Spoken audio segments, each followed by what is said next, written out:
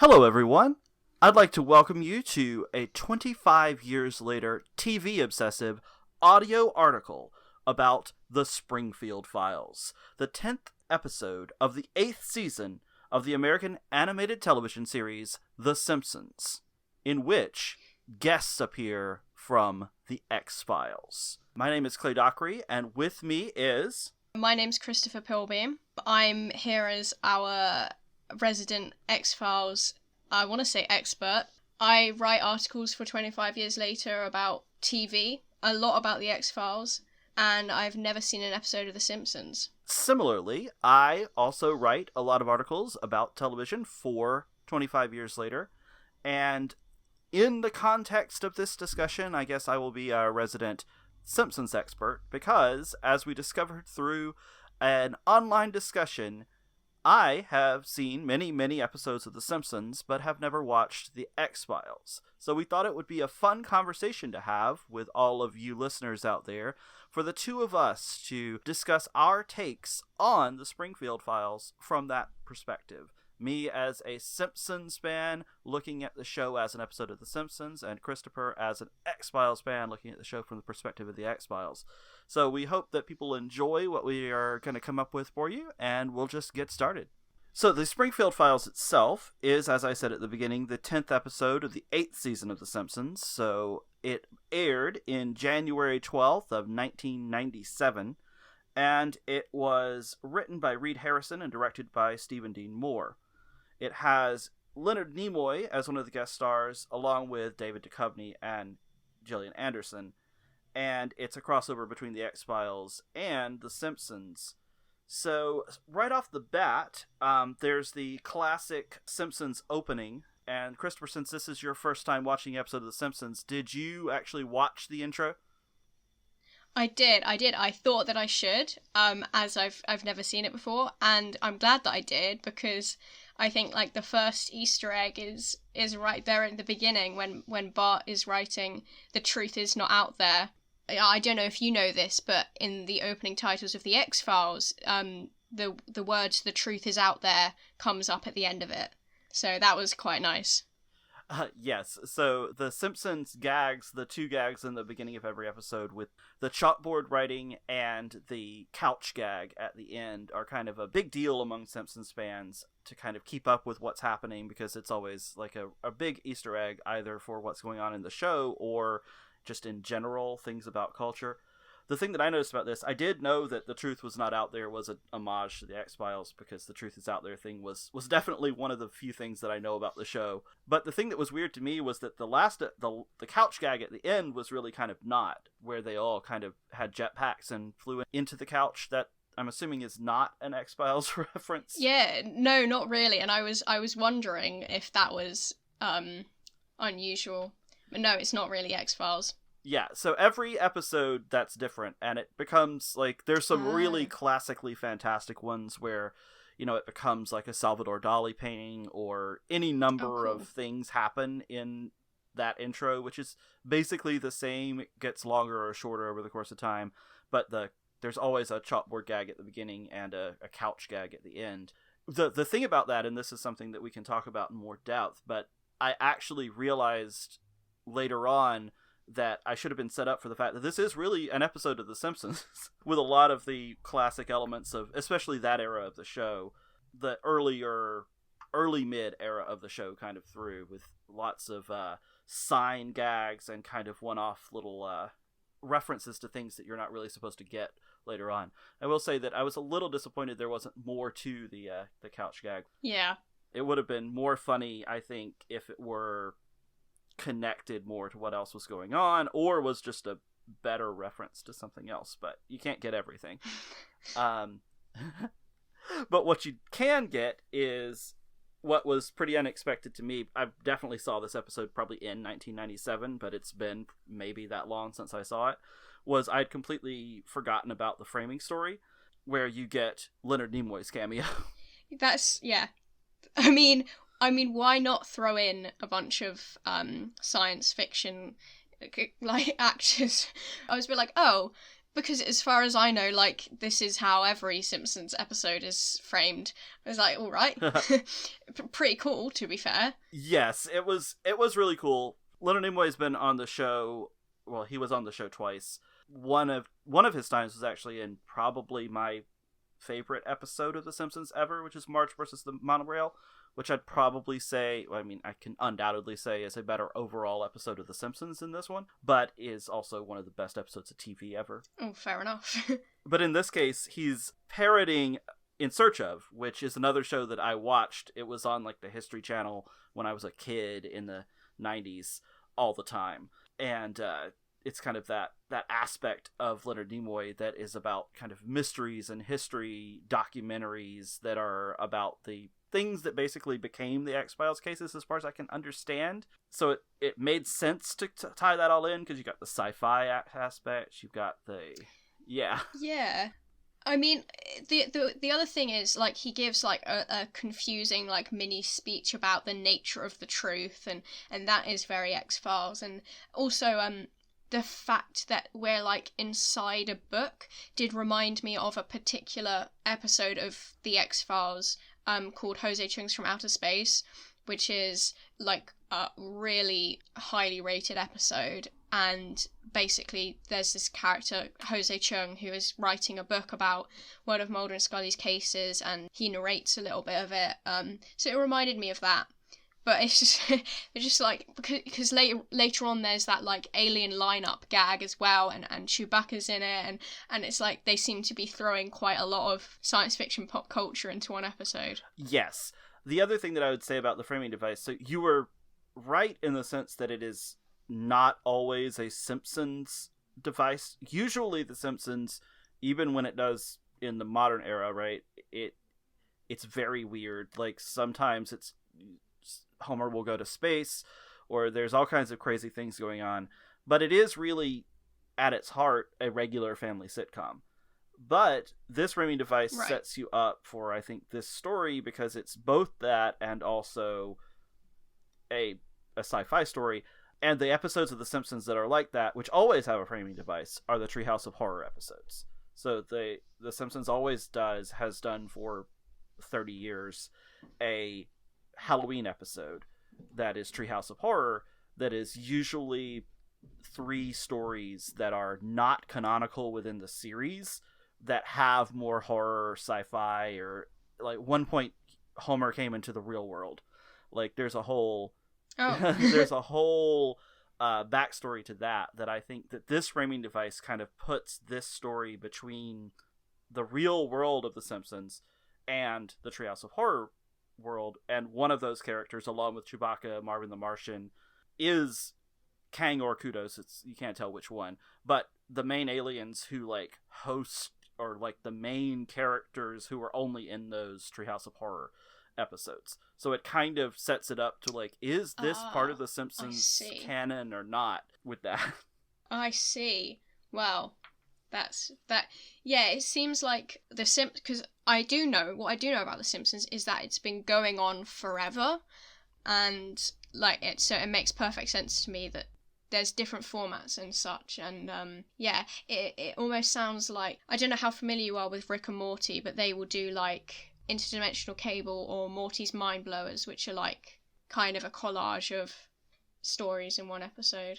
That sounds interesting. Like, this is making me want to watch more of The Simpsons. There are some really great episodes of The Simpsons. I would say if you do like Rick and Morty, that I know that Interdimensional Cable, like, Justin Roiland and Dan Harmon have talked about that being like Treehouse of Horror style. Ah, there you go then. Yes. I'd say this is a good point for us to kind of get off the episode for a minute, and for you to really say, and I can say, because it's pretty limited, but I think we should throw it all out there. What is it that you do already know about The Simpsons? Like, can you throw out in, like, 2 or 3 minutes everything that you know about The Simpsons before? Okay. Everything that I knew before watching this was that they are a family that live. I knew what the house looked like, I knew what the characters looked like, and I knew all their names. Like, so Homer, Marge, Bart, Lisa, and the baby whose name I forget. Never mind. It's Maggie. And I knew that Maggie, that's the one. And I knew that Bart was into skateboarding. like I often see like Simpsons characters on T-shirts in like the store and stuff like that, and I knew Mr. Burns as a character, and I knew that there was like, I don't know, like maybe Ned Flanders or something like that, and yeah, so I know a lot of character names because it's like so popular, and I know they're what they look like because there's merch everywhere, you know, they're in adverts and stuff like that. I knew that Homer worked in a nuclear power plant or whatever, which I think, if I'm correct, is like a pun on the nuclear family, is maybe what they were going for, and that pretty much covers it. I had no idea what like the storylines were, or if they even had any, or what an episode structure was like. So it was really an experience watching this episode. Did you know anything about like the character types? Like, you knew Bart rode the skateboard. Did you know anything about like Lisa's type or Homer's type? Oh yeah. I mean, I think I knew that Homer was kind of an idiot and likes donuts, and I know that Lisa is like the really, really smart one. And yeah, so her like role in this episode made a lot of sense to me because I knew that she was really smart, and like I knew she played the saxophone as well. Don't know how. That's funny. And they have a dog. Is it called Santa's Helper or something like that? Yes, Santa's Little Helper. Wow, what a great name for a dog. Yes, that's actually the pilot episode of the show, is when they get Santa's Little Helper. So the show started out as shorts on the Tracy Ullman show in the late 80s. And when it got its first episode, it was, the first couple seasons of the show are really, like, as you said, with the nuclear power plant thing, kind of a take on an actual family. Very realistic types of storytelling about, like, these people in those circumstances, just animated so they could do some crazy things too. Like, Homer could strangle Bart. Yeah, so, yeah, that's an interesting place to start. Did you know anything about Marge? Other than her hair? No. Big blue hair. I didn't. No, like, I used to do, like, youth theatre, and we once did this game where someone would have to pretend to be a fictional character and I'd have to guess who it was, and they pretended to be Marge Simpson, and I was so lost because like they were doing this voice and the audience found it hysterical, but I was like, I don't know who you are, I'm so sorry. So yeah, sadly the pervasive nature of The Simpsons failed me in that particular moment. It got you Homer and Bart and Lisa, but not Maggie or Marge. Says something about culture at large. Yeah. So I guess I can follow up with what I actually know about the X-Files. I'm interested to hear. So first of all, I do know that David Duchovny and Gillian Anderson are named Mulder and Scully, and they work for the FBI. I knew that, definitely. And I know both of them from other stuff. Like, I knew David Duchovny from Twin Peaks and Gillian Anderson from many, many things. I think this was an early role for her and one early-ish for him, like after Twin Peaks, obviously, but not like after a lot of the other stuff that I've seen him in. And that it's about aliens. Like, I know it's about aliens, I think, which, you know, ties into what happens here. But, and I think there's, like, a lot of conspiracy theory stuff. Like, to me, one of the reasons I think I never watched it is because it sounds a little bit too much like a Reddit subthread. It sounds like a show I'd love the sci-fi elements of, but that I don't know which one of them is which. I couldn't tell from this, but I know one of them is, like, skeptic, right, and one of them is, like, into it. I guess David Duchovny is the one who's really into it, but I feel like I would hate him. Yeah. Like, I would probably love her, because I love her in everything, but I feel like I would really, really hate him in the actual show. I liked him in this. Yeah. I mean, that's interesting that you couldn't tell for sure from this episode, but you're right, it is that Mulder is the believer and Scully is the skeptic, and that's the kind of key dynamic. And it's not about aliens, but a lot of the time it's not about aliens. They do a lot of, like, folklore and unsolved mysteries and stuff like that. So they work for the FBI and they investigate paranormal activity. There's a joke in this episode where Scully's like, what about this big shipment of drugs or whatever? Don't we need to investigate that? And Mulder's like, I hardly think the FBI is concerned with those kinds of things. And it's like, well, Mulder and Scully aren't the only FBI agents. It's just that their particular job is to investigate unsolved cases. That's what the X-Files are. There's a cigarette-smoking man? There is, and he's in this episode, which is so cool. Yes, there is a cigarette-smoking man who smokes cigarettes and is like the big bad guy, and he has kind of an interesting evolution because they didn't really know what to do with him at first, and they were like, well, we have to use him sometime. The X-Files has a structure so that it has like Monster of the Week episodes where they will do like, today we're investigating Bigfoot, next week we're investigating a killer virus, you know, and then there's like the overarching conspiracy plot, which is probably what you've heard about, and yes, it is like conspiracy heavy. Like there's kind of conspiracies that people actually believed, certainly in the 90s and maybe even now, about the government doing experiments on citizens. And yeah, so if you don't like the conspiracy stuff, there's still like plenty of Monster of the Week episodes that are sometimes alien, sometimes not, sometimes ambiguous. It's always seemed like something I would like. I know all of my friends who are big sci-fi people have either watched it or love it or would want for me to watch it, and I just have not ever gotten to do it. And this did make me it reminded me that I would like to check out more about the show, and the whole notion that you just said, that the Monster of the Week, I think I would like these Monster of the Week sounding ones better. Although I like serialized storytelling. Like, I'm a Deep Space Nine Star Trek guy.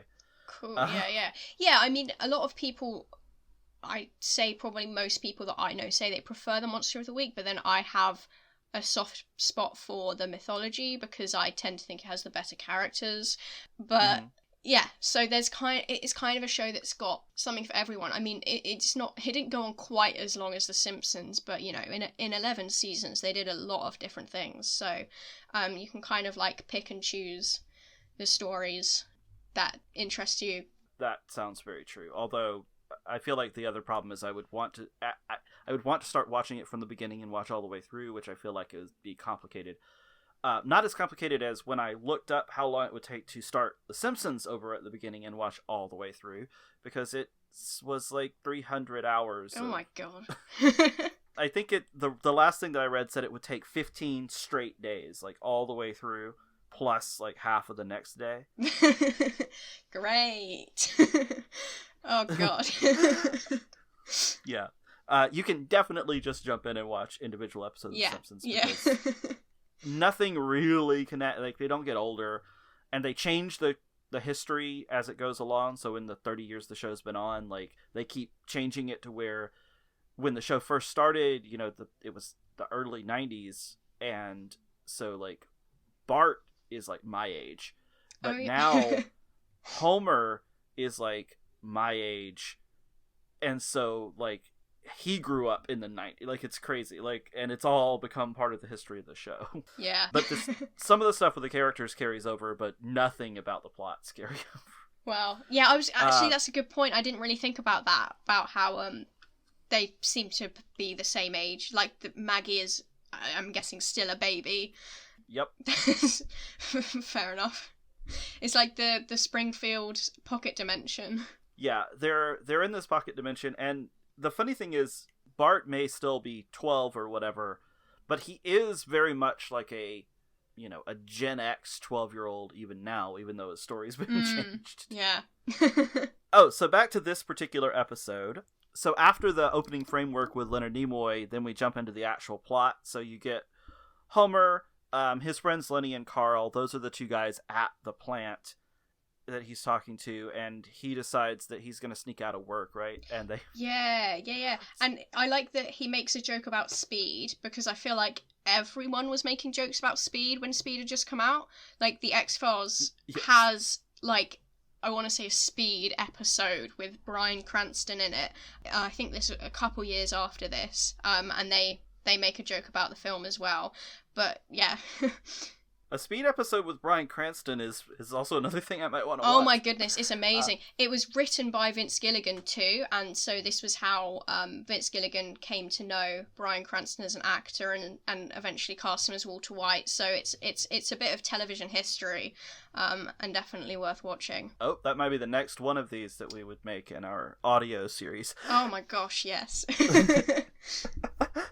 Then it's where I've actually watched an episode of the X-Files, but then it ties into the Breaking Bad. That would be pretty fun.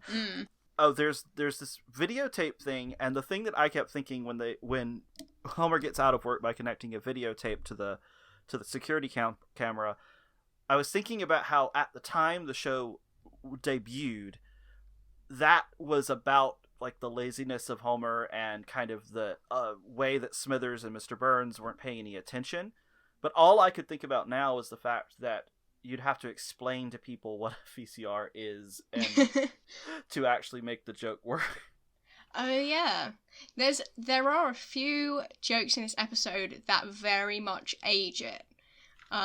Yes. And maybe that is one of them. Even more so than the fact that somehow their tape that they're connecting is of them in like disco outfits. 70s, yeah.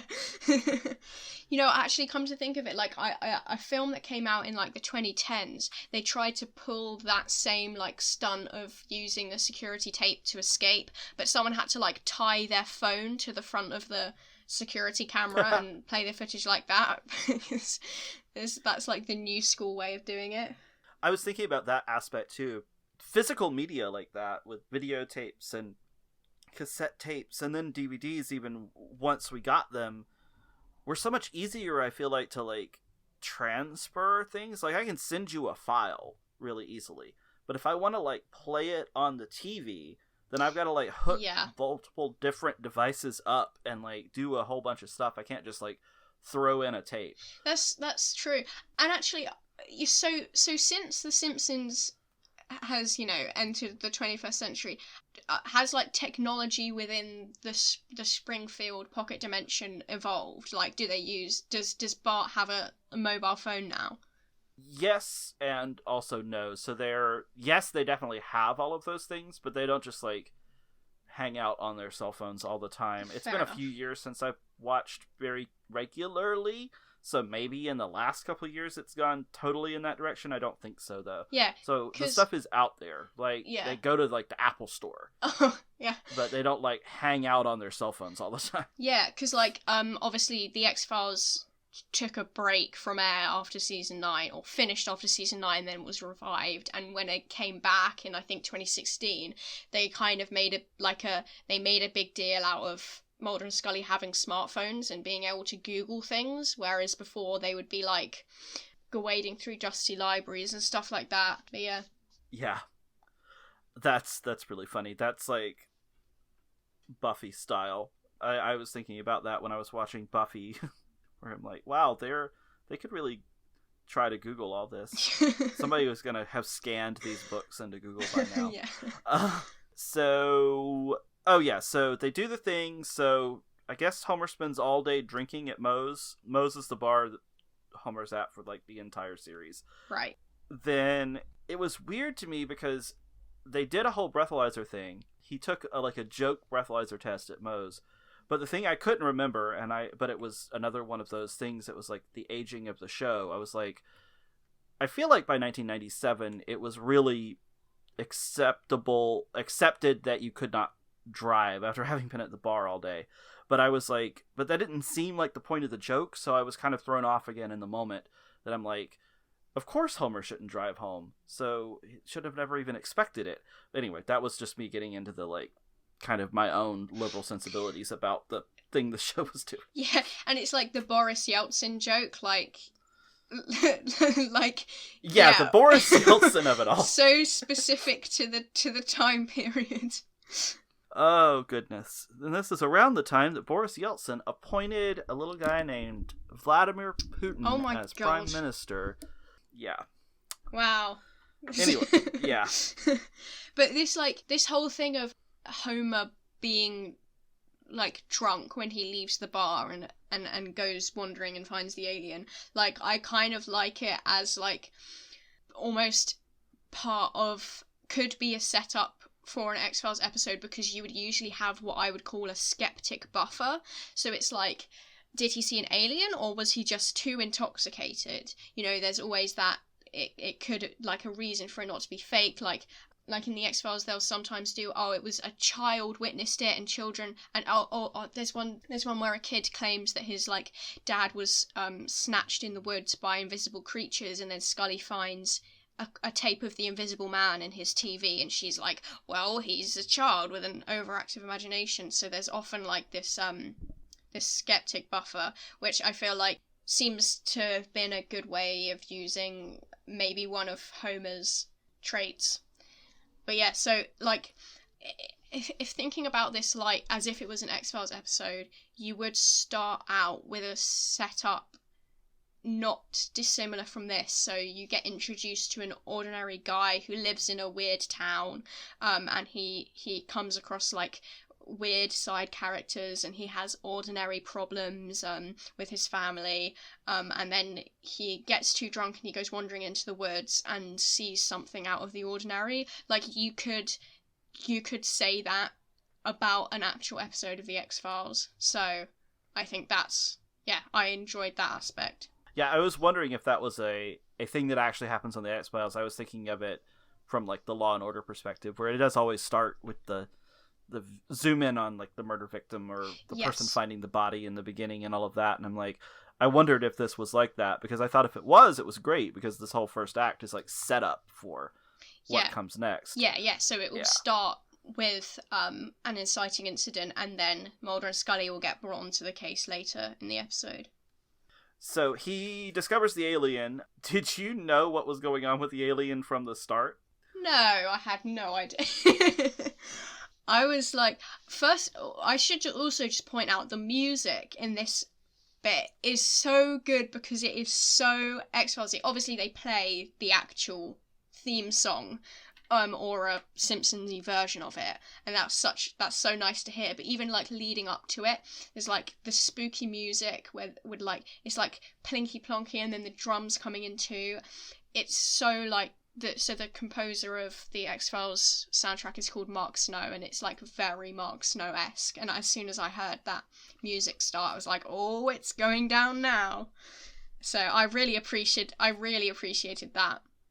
That's great. Yeah, that music kicking in was also, well, especially when the like 4-note high pitch thing that is like the main X-Files theme, I think. When that happened, I'm like, oh, yep. But the whole way the music was set up was perfect. The Simpsons is great at music. It's another thing that it has always been really good at, because the thing that I think is most effective about The Simpsons storytelling, as far as when it pays homages to other things, is it's very specific. You seem to be noting a lot of the ways in which it's been that way about the X-Files in this, which I think is great.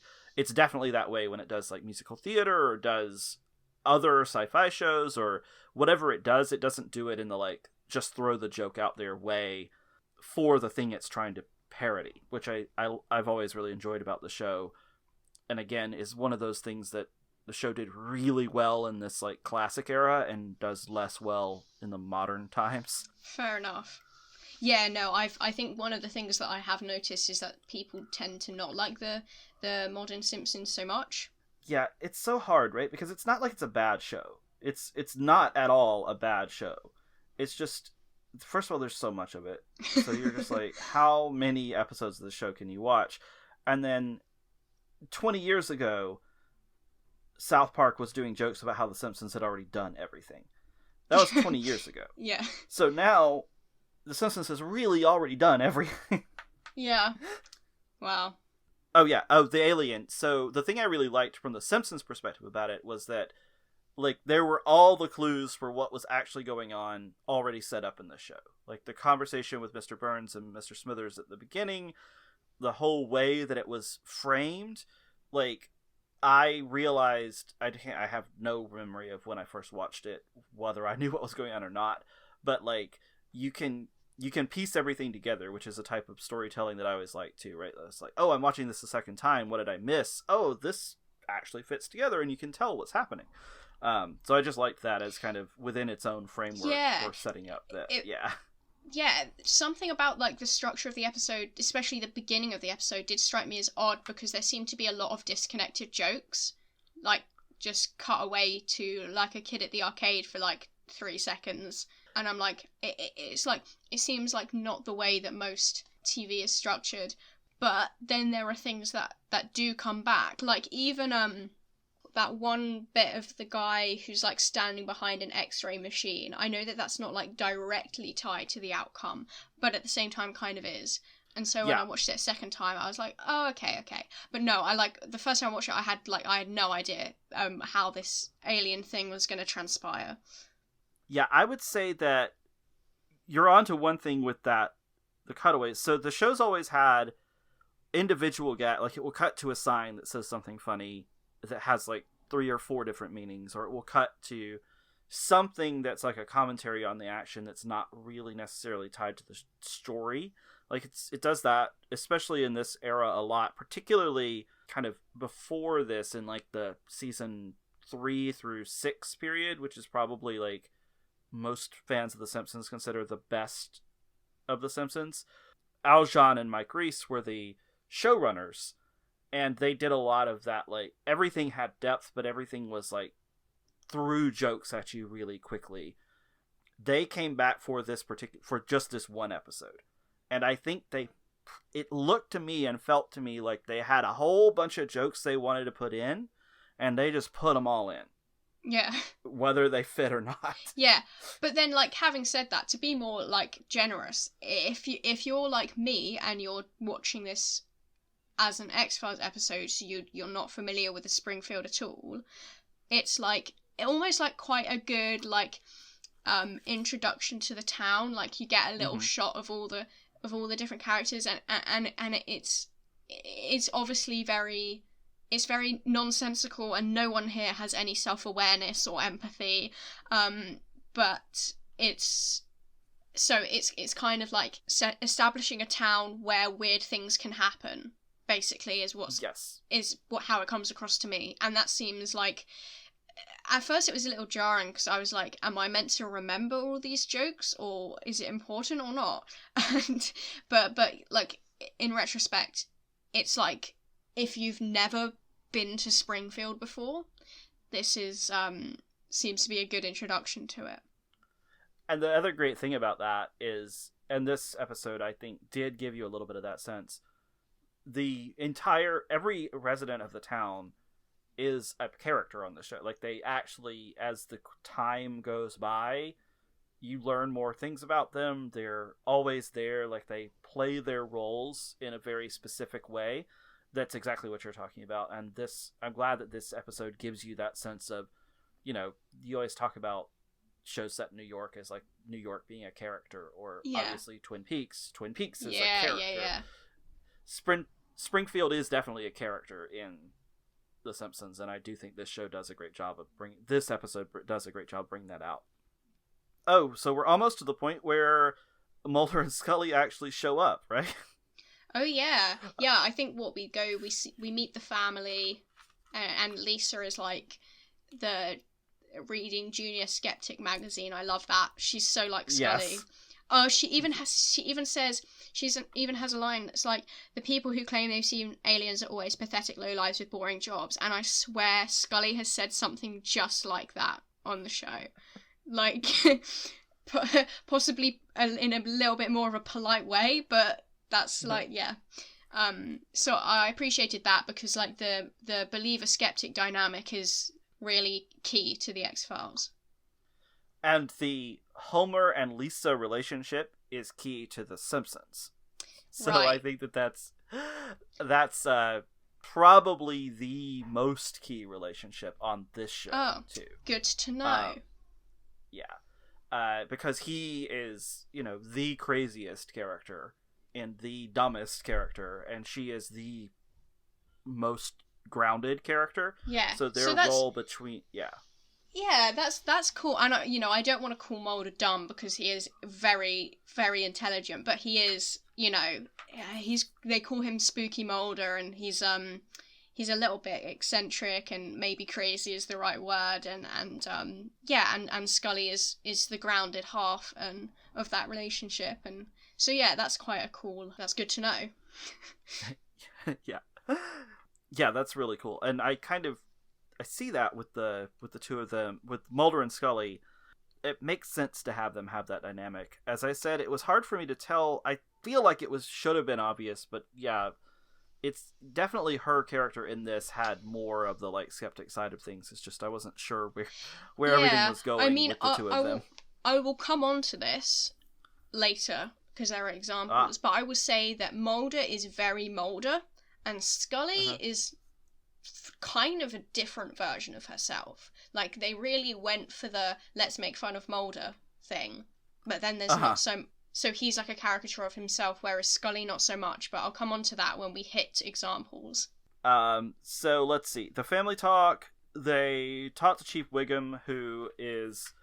The funny part about when Homer tries to talk to Chief Wiggum is where Chief Wiggum is like completely dismissive of everything he says, but then he's completely dismissive of the actual arsonist. Yeah, but yeah, I mean, like a very unhelpful and unsympathetic local police force is, oh my goodness, that's like every episode of the X-Files. They arrive at like a small town and the local police force is just the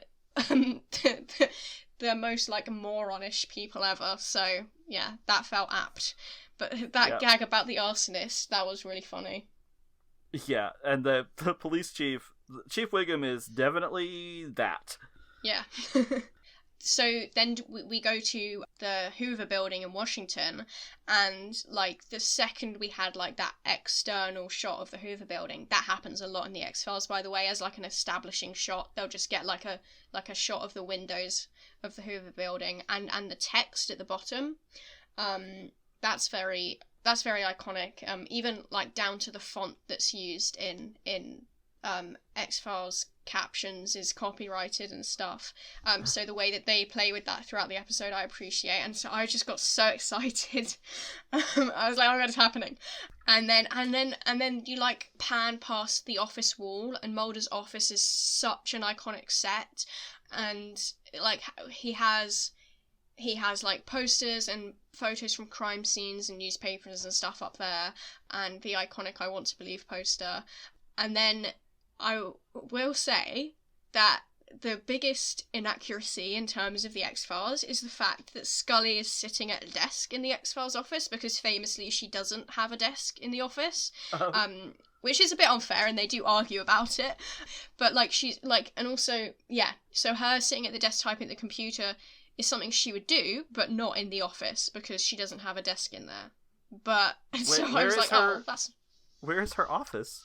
Okay, well, there's this theory that she has her own separate office that is not the X-Files office, but on screen you kind of see her like, they'll have like these like shots of her typing intensely at a computer as like she narrates over the top, but it's never really clear like where she is. Maybe she's in her flat or something. But no, she just like, she basically, it will usually be Mulder sits on his side of the desk, which I guess is where Scully is sitting in this episode, and Scully will sit on the other side of the desk as if she's a visitor. Oh. I know, it's like, it's horrible, but it does, like, they are self-aware about it on the show, and it does get brought up. But yeah.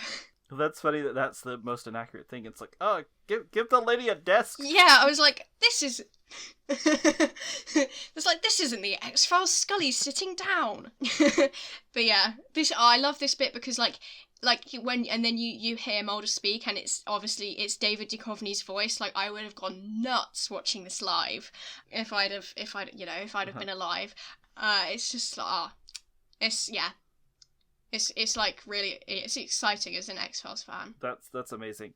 Yeah, it was really exciting, and I liked how it really did transition. It felt like at this point to being like an X-File, like it was from their perspective. This whole like middle section was from their perspective, and kind of them investigating Homer and trying to figure out what was wrong with him.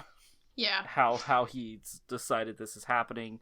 That is where I was like, it seemed as though mostly understandable to me where he was, where Scully was less believing what he had said and Mulder was more believing what he had said, but it was like it went back and forth, it felt like. And then she was like trying to get him to lose weight on the machine. Yeah. Yeah, it's like, so it seems that the kind of version of Scully they've gone with is just kind of disinterested. Mm-hmm. Like, she's just like, oh, another one? I hate this job. Mulder, why are you dragging me around to these cases? And, I mean, in the show, she does do quite a lot of eye rolling, but the key is that she enjoys going out investigating with Mulder. And she, her role in the X-Files is to provide, like, the scientific kind of viewpoint, which is absolutely crucial to them solving these cases. And, you know, if this had been like an actual X-Files episode, it probably would have been Scully who solved the mystery of the alien. Mm-hmm. But what I noticed in this series of scenes as they're investigating Homer is that David Duchovny is pretty much always quite deadpan. Like, that's just how his voice sounds, and we know that. And so he has quite a monotone voice, and that obviously comes across. But also, I think Gillian Anderson is also quite deadpan in this episode, like, very serious and flat, which is, like, odd, because she's not really like that in the X-Files. So yeah, they, like you would expect it from Mulder, but not Scully. But I think that maybe the deadpan delivery is kind of almost like mockery of the X-Files, because when you watch the X-Files, you should take things like aliens and crazy scientific experiments seriously, but when you put them into a comedy, it's like, actually what they do for a living is ridiculous. Right. I feel like, yeah, so Scully's, like, deadpan delivery seems to be like a comedic choice, but it's not necessarily very true to the character. That makes sense. It's very interesting to say all of that, because one of the other things that was always a part that I'd never really understood about the X-Files from the outside is that I knew that Mulder, I'm still sometimes a little confused about which one is which, but the guy, David Duchovny, Mulder. Yeah. I knew that one of them, and it was him, is into all of this stuff, and that Scully is not, but that also makes it really weird, right? Because it's like 10 years, and it's like, in 10 years of discovering all these things, does she not think that they're real? Yeah, I mean, so she kind of, like, Mulder says a couple times, like, after everything you've seen, Scully, can't you just open your mind? But she is like, my role here is to be skeptical, and that's what I'm going to continue to do, and she will always look for the scientific explanation. And the thing is that X-Files episodes tend to leave things fairly ambiguous, so you could, even the viewer could end up siding with Scully quite a lot of the time. But then basically what happened after season 7 of the X-Files and going into season 8 is David Duchovny stepped away from the show, which meant that Mulder had to leave, and he was absent. Like, I don't want to spoil it for you, but he was absent for long stretches at a time, and in his absence, Scully kind of had to kind of step forward and take on his role, and she really had to confront her own worldview. And it's a really interesting period in the show, because Scully has been, like, rigidly skeptical for so long, and now she's like, Mulder's not here, I have to try and see the world how he sees it in order to do this job. And so she has her own, like, believer arc, kind of, but as soon as Mulder's back, she's back to being skeptical. So I think that, like, yeah, the show wouldn't work if you didn't have that kind of push and pull. So we forgive the fact that even after, like, literally seeing aliens, Scully is like, no, I'm sure there's another explanation. That leads to the one other thing that I think I know about the show that I'm not entirely certain, which is that, is it true that there's also kind of a series-long will they, won't they thing between the two of them? Oh my goodness me. Don't get me started. So yeah, kind of. You say series long, I would say that it was really a response to the fans' response. And so you would say that, so in the fandom, we call their romance the MSR, which stands for Mulder Scully Romance, or Mulder Scully Relationship, I'm not really sure. And so, like, the MSR really picks up steam around season 4 or 5, so about, like, the time that the Springfield Files was airing, and they don't kiss until season 7. Yeah, basically yes, but also like the creator of the show was very, very hesitant to do that, so it's mostly a won't they thing. And but like a huge chunk of the fan base was really keen for this to happen. And I mean, eventually they sort of, well, I want to say they have a child together, but that's even ambiguous in and of itself. But by the end of the series, you're like, yeah, they're essentially in a romantic relationship. Usually, well, one thing I really like when shows are able to present whatever people are on the show don't have to be in a relationship. Like, it's nice when they don't, but yeah, I always, that's in the ether about something I'd heard, felt like I knew about this show. I'm kind of with you. Like, I'm not really for the MSR. Like, I think they could have stayed friends, but I've probably just upset some X-Files fans by saying that. It's like a really big, like, especially because David Duchovny and Gillian Anderson quite famously have very good chemistry. And like they did like a Rolling Stones magazine cover where they're like naked in bed together. So like basically yeah, I'm in the friends only camp, but I think that puts me in the minority because most people were just waiting for them to sleep together, basically. Well, all right. Yeah. Now you know. Now I know. But it's good that at least the because I was worried that the holding them apart was something that I don't like it when the creators of the show want the characters to be together and then they're afraid to put them together, and so then they just have them apart for no good reason.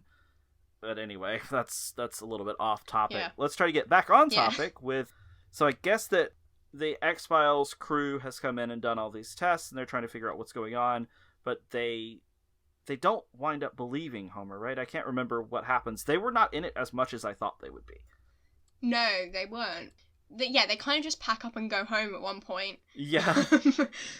Which is like, but then they come back at the end to see the alien. I bet Mulder dragged Scully back. It's like, yeah, we didn't solve this. We gotta find out. Although, like, yeah, a lot of X-Files remain unsolved. It's really not unusual for an episode to have an ambiguous ending. Like, there's one episode where they go hunting for what is essentially the Loch Ness Monster, but I think it's in, like, Georgia. And Mulder's, like, so keen to find it, and he has, like, a whole speech about what this means to him.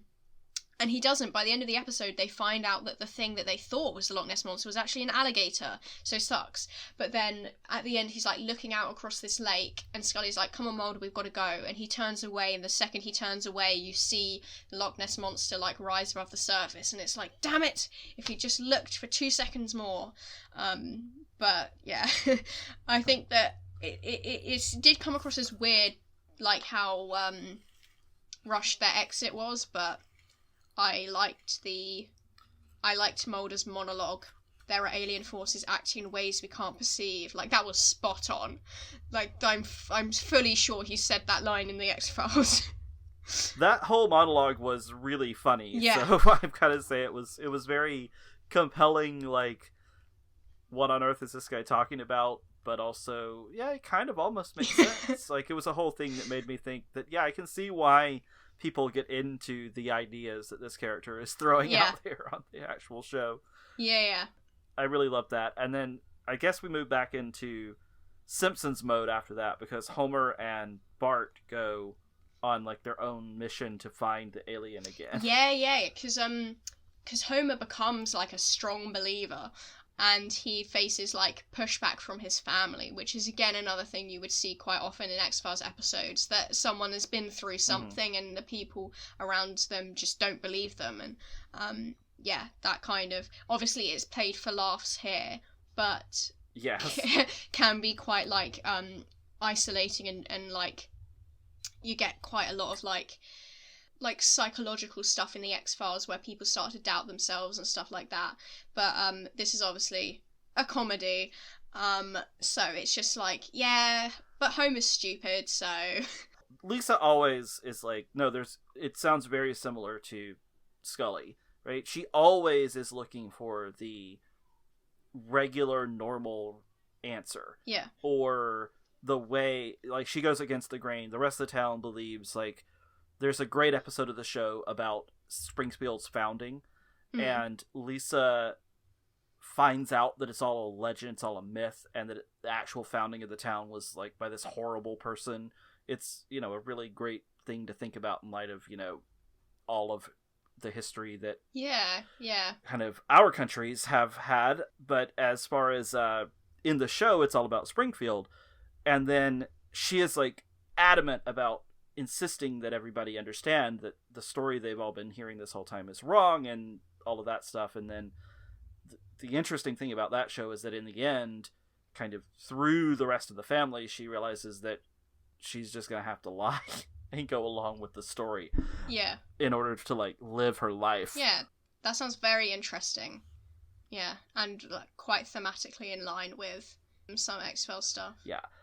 Usually on The Simpsons, Lisa's on that side, Bart is just doing his own thing, and Homer is, like, after about the 4th season, Homer is the main character of the show. The first couple seasons, Bart is the main character. I see. And Homer is, like, doing whatever the craziest possible thing is. Marge is usually somewhat skeptical, but kind of goes along with Homer, and in this one, she doesn't really, so that's a little bit different dynamic. Like, she's not willing to go out there to, like, back him up on this limb, which is what she'd normally do. Right. Maybe that's something they've changed in order to fit, like, the X-Files kind of narrative. But then Bart is on his side, and they, with a bunch of stuff they've stolen from Ned Flanders. I don't think Flanders was in the episode. You mentioned him at the beginning, but was he? Was he the guy who's like, were you on my roof stealing my weather vane last night? Was that him? Yes, that was him. Yeah, right, that was Flanders. So they not only stole his, or, you know, tried to steal his weather vane, and it fell off the roof at the end there. All of the equipment they had on the camping trip was property of Ned Flanders. Like, everything they had with them. Flanders is a fascinating character because he's, like, got his own TV trope. Like, his whole Flandersization of characters is kind of a big thing on TV. Oh, interesting. He starts out in a particular way, which is he's a pretty normal guy who's religious and is like a foil to Homer. But he becomes so crazy and outlandish over the course of the show that he's, like, a different character. It's interesting. I will have to look up that on TV tropes. Yeah, it's definitely on there, and it's an interesting one to kind of read about the way that it goes. There are some great episodes with Flanders on the show, both in the beginning era and later. I don't know, they tend to tell more emotional stories with him when they focus on him. I don't remember why I got off on a Flanders tangent, but... because we were talking about the camping trip and they've stolen all his stuff. Yes. Yeah, and so the alien guy comes back and Homer burns his foot and scares the alien away, but classic. They get... Is that a classic? I think that, like, it seems like a very Homer thing to do. Mm-hmm. Yeah, at least from my perspective. Yes. Like he sees the alien, but he messes it up somehow through his own stupidity. The other thing that was really funny to me about that is, even though they didn't get there because the alien did come back, I kind of liked that when Homer and Bart were gonna go, they were both like, just gonna fake. Like, if they didn't find the alien, they're like, we're gonna fake it. Yeah, sell it to the Fox network. Uh-huh. They'll play anything on the Fox network. But yeah, so Bart caught it on videotape, and then Leonard Nimoy ends the show, which I thought was really fun. Like, he ends the show within the show. Yeah, that was quite funny. I mean, why not? Yeah. The guy who took over, the squeaky voice teen, is another one of those regular Springfield characters who's always got, like, the put upon job, like whatever job you don't want to have, that kid has. Oh. Then, did you have anything from the final act before the reveal of what was happening comes up, which I think as key for this show, based especially on what we talked about here, since Lisa is the Scully of this show, and you said that Scully is the one who usually figures it out on the X-Files, it makes sense that Lisa is the one who figures it out here. Yeah, yes, it does. That's a good point. I mean, yeah, I think that they bring in like sci-fi tropes that aren't specific to the X-Files, but things like the commercialism around the alien and like the angry mob. That's very typical of science fiction. I love it's bringing love, don't let it get away, break its legs. Like that's Yeah. so clever. That's brilliant. I like that. And I wonder like the ending is a bit more Scooby-Doo than X-Files, but I think that that's completely appropriate given that The Simpsons is an animated comedy. And like, so it's a blending of genres. But you know, again, I appreciate characters from the beginning came back. Oh, and also like the reveal that the alien was really a human being that had undergone experimental treatment is definitely not unheard of in the X-Files, because so like human experiments is a very common story element. Yes, and Mr. Burns doing anything at any time is a common story element on The Simpsons. The fact that he is Mr. Burns and kind of is just drugged up out of his mind, I really enjoy as a joke. But yeah, I think you're right. So they do go into, well, first the text, the X-Files text you were talking about on the screen, switches into The Shining, and then, oh my goodness, I loved that one. That was so funny. Yeah, that was really great. That was because like the text is so iconic for them to like then make fun of it. Yes. Yeah, I really appreciated that. And yeah, all of the commercialism with the t-shirt sales and the whole people gathered around the area to like see the return of the alien and just buying into the story. There's another episode of The Simpsons which is kind of about that, which is more from a religious angle and takes it probably more seriously. I'm going to try to find the name of that one if you can talk for a minute about kind of the ending of the show. Oh yeah. Yeah. It's interesting that you mentioned religious angle, because there is that like one throwaway joke about E.T. being kind of similar to Jesus, like religious leaders having opinions on an X-Files case is again like another trope that they've picked up from the show, and I like that. The idea that like the alien brings people together is a cliche, but it's a good one. And Mulder and Scully being back with Chewbacca as well. I think that X-Files fans may have appreciated that because David Duchovny like made jokes about how his hair in Twin Peaks looked like Chewbacca or something like that. And Spock, Leonard Nimoy was there too, and you have kind of Leonard Nimoy. That's a little bit of like a collision of worlds there. Yes, so you've got Chewbacca and both the X-Files folks and Spock. So you have like Star Trek, Star Wars, X-Files, Simpsons. It's all together. Yeah. The episode that I was thinking of is Lisa the Skeptic, which is another one of the best episodes of the show, I think. Yeah. But it's the 8th episode of the 9th season, so it actually comes the next year. I see. The next season. But it's really about this. So they find a fossil of an angel. I see. And it's about like the cult that grows up around that, what that means for religion, what it means. It's called Lisa the Skeptic. So it's about the fact that she is trying to disprove that this is an angel the entire time, whereas everybody else is wrapped up in the notion that this is something special. It's a really great episode that ties into some of the themes that I guess this episode threw out there to start with, but I think they were interested in doing a lot of the parody stuff in this one, whereas that one is more about that story specifically and what it means to Lisa in that moment.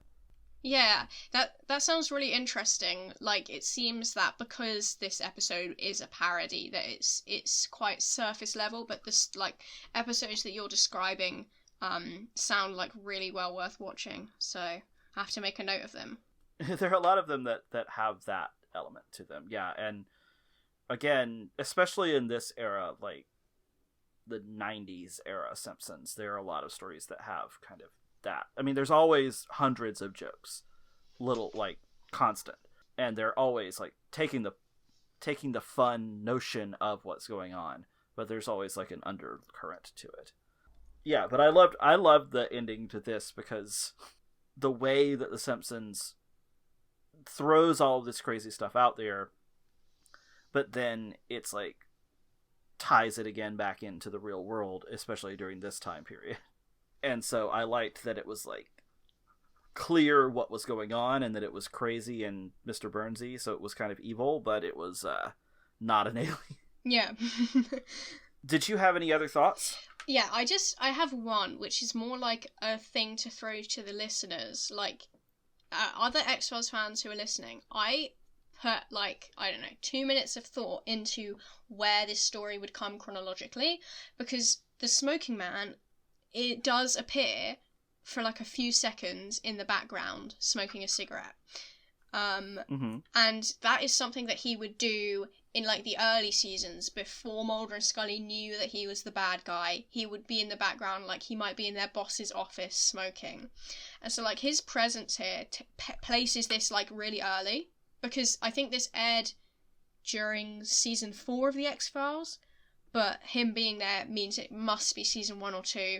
There's also a reference to a flesh-eating virus, which I could not place on an episode. Like, it could be F. emasculata, or it could be, the only other one really it could be is the Pine Bluff variant, but that hasn't even, like, that has not out yet. That comes out the year after this. So I'm just wondering, to X-Files fans listening, if you were to place this chronologically, where would you put it? That's a great question. In terms of the X-Files. All right, so I think that we should probably wrap things up. I thank you for having all of this great insight from an X-Files perspective to talk about this show. It was really fun to have this conversation with you. Yeah, this has been brilliant, and thanks to you too. Thank you everyone for listening. For 25 years later, this has been Christopher Pilbeam and Clay Dockery. And all I can say is, the truth is out there.